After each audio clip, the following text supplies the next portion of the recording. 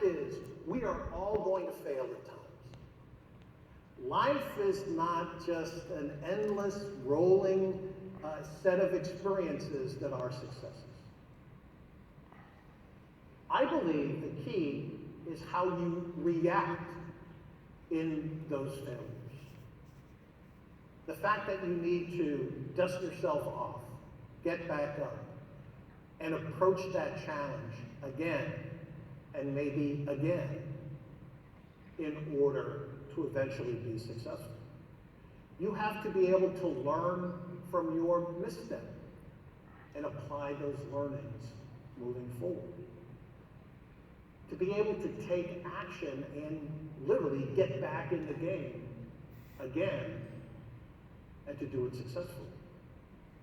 So I'm going to drive this home with a Nintendo example. Nintendo's home console transition following the Wii. So, the Wii sold over 100 million systems. It disrupted the gaming industry with motion control, and it brought millions of new consumers into the industry. And by the time its life cycle ended, we had sold the second most home consoles in video game history, second only to the PS2.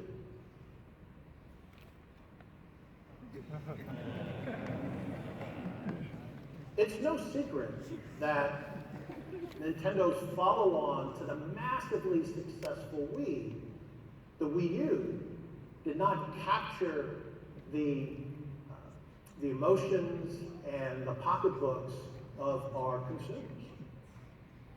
Wii U sold only 13 million systems, the second worst performance of a system in Nintendo's history, second only to the disastrous Virtual Boy.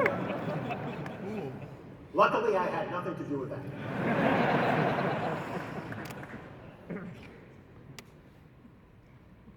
Now, the innovation of the Wii U was the tablet-like controller called the gamepad. And from the gamepad, you could do a variety of different things, right? You could have information for the game that you're playing on your main screen of your TV, things like your inventory or your stats, as an example. Alternatively, developers chose to create a completely different experience for the player holding the gamepad from everyone else in a particular game, so you could do that. And then lastly, you could play your game 100% on the gamepad and have the TV playing regular content. But the challenge there is you had to be at least 30 feet close to the main system, otherwise you would lose the connection. But even though the Wii U underperformed in the marketplace, we heard a clear and distinct piece of feedback from the player.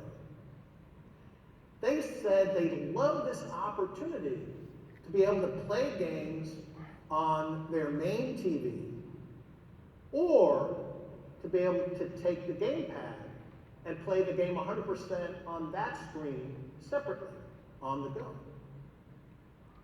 Universally, consumers were saying, we love this idea of a big, 10-foot experience with your big screen, as well as a 10-inch experience with the gamepad held up close.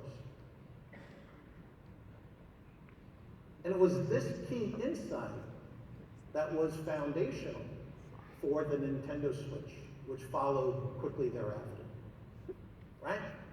The consumer would never need to leave their game playing behind. They could play at home on their beautiful big screen, or take the Switch out of its dock and play on the go.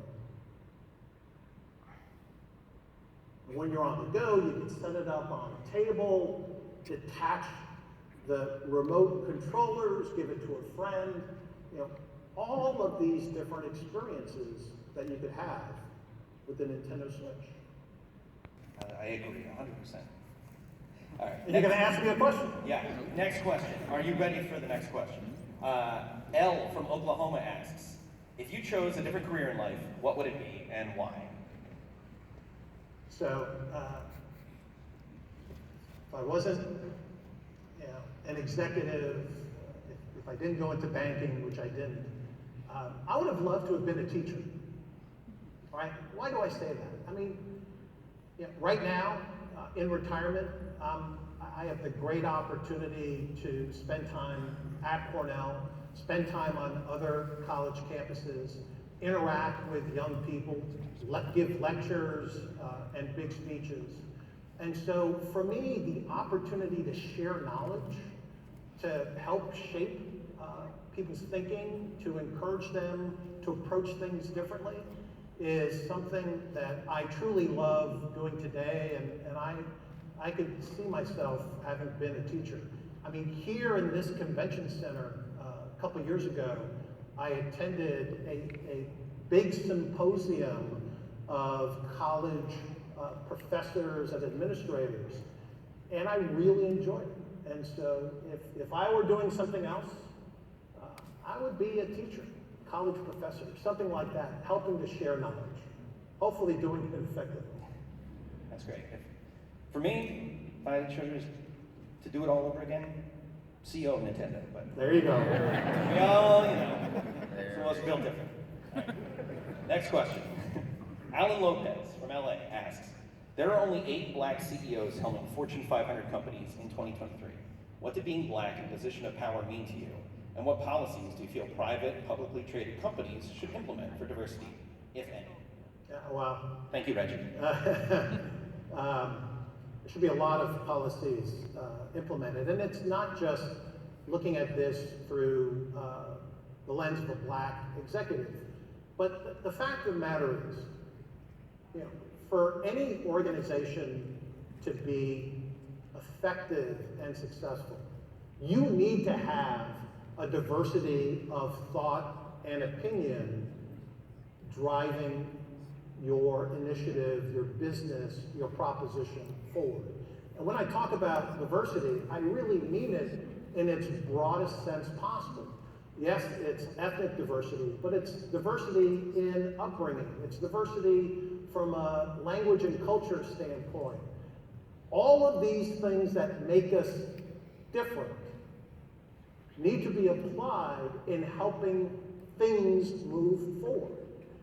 And certainly throughout my career, especially at Nintendo, I was a huge advocate for how could we bring diversity in its broadest sense possible into our business and to propel forward.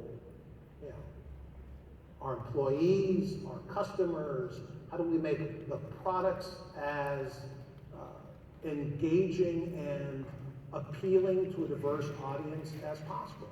And we did not do it 100% of the time. At times we failed in pushing that forward. But I can tell you, having that thought of bringing new ideas, new perspectives into every decision possible is critically important.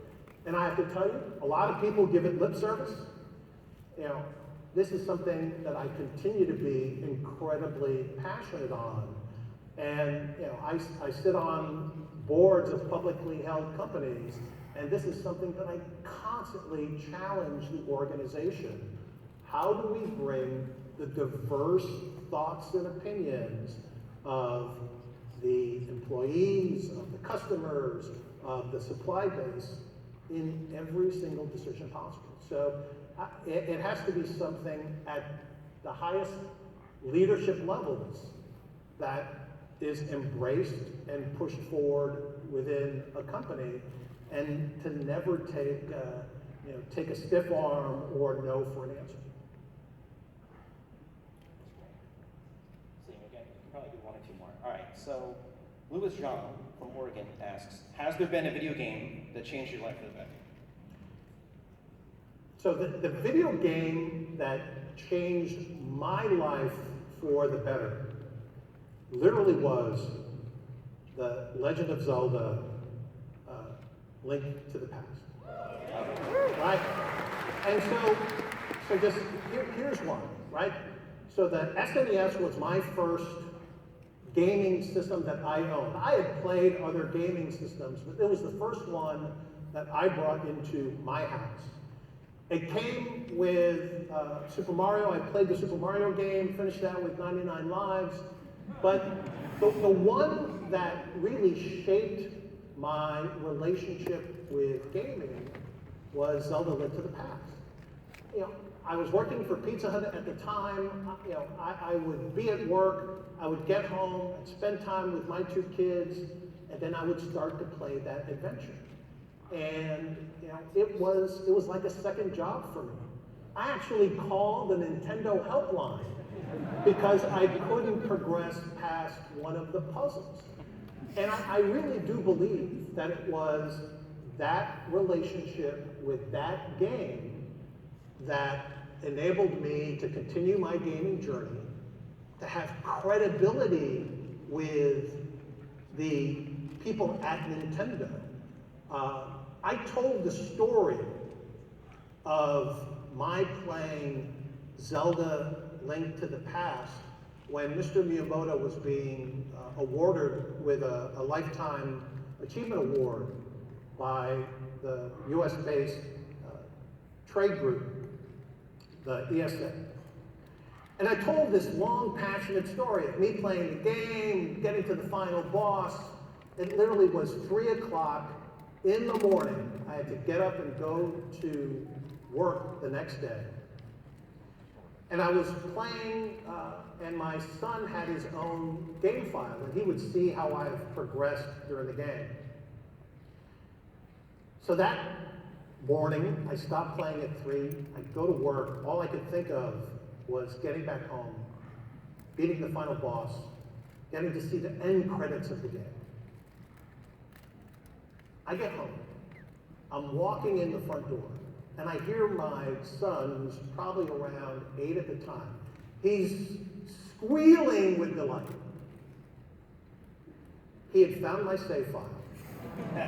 He had seen where I was, and he had spent, you know, from the time he got home from school, which was probably about 3 o'clock in the afternoon, until I walked in the door about 6:30, he'd been trying to beat the final boss. And he had literally just done it before I walked in.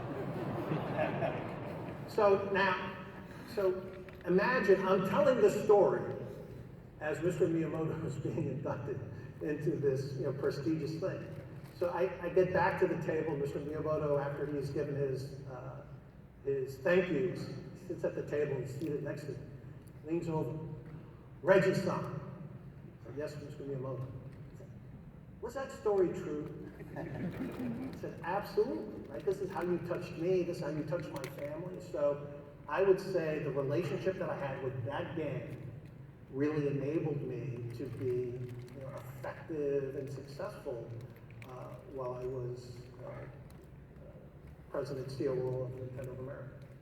That's great. It's funny that you mentioned that, because I didn't know that story, but the way this kicked off, the way we were able to finally land Reggie, and this has been a dream come true, having you open the show, was like we were on a flight together, and we were talking about games. And he's like, what's your favorite Nintendo game? And I was like, Link to the Past. So, wow, who knew I was buying such clout?